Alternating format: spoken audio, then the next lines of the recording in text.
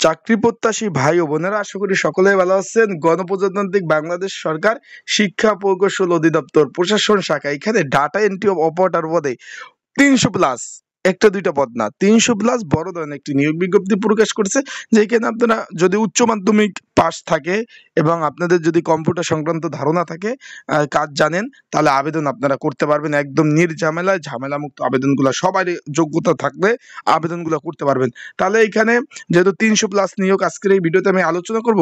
আরেকটা কথা বলে দিই ভাই, এটা কিন্তু রাজস্ব খাতভুক্ত নিয়োগ।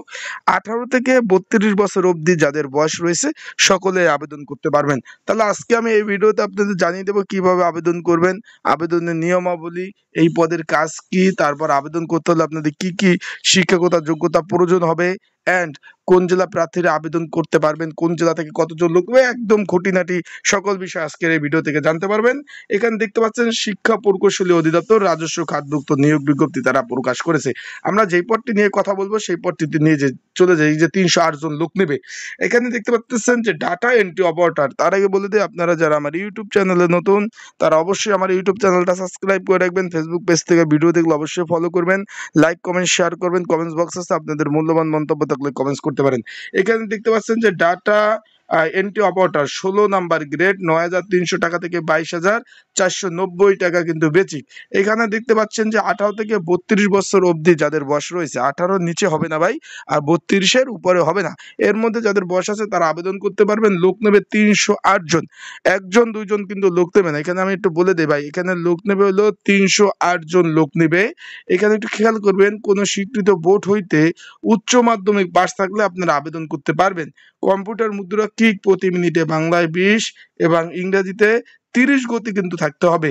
এখানে কিন্তু একটা কথা বলি, এখানে কিন্তু কম্পিউটার যে পরীক্ষা হবে সেটা কিন্তু পাস করতে হবে। এটা যদি আপনারা, যাদের এই দক্ষতাটা আছে, কম্পিউটার সংক্রান্ত ভালো জানেন, কাজ জানেন, সেখানে আপনারা আবেদন করতে পারেন। এই যে 308 জন লোক নেবে কিন্তু, আশা করি এটা বুঝতে পারছেন। এখানে বেতন পাবেন হলো 16 নাম্বার গ্রেড। এই পদগুলো নিয়ে ধারাবাহিক ভিডিও কিন্তু আসবে এক একটার জন্য।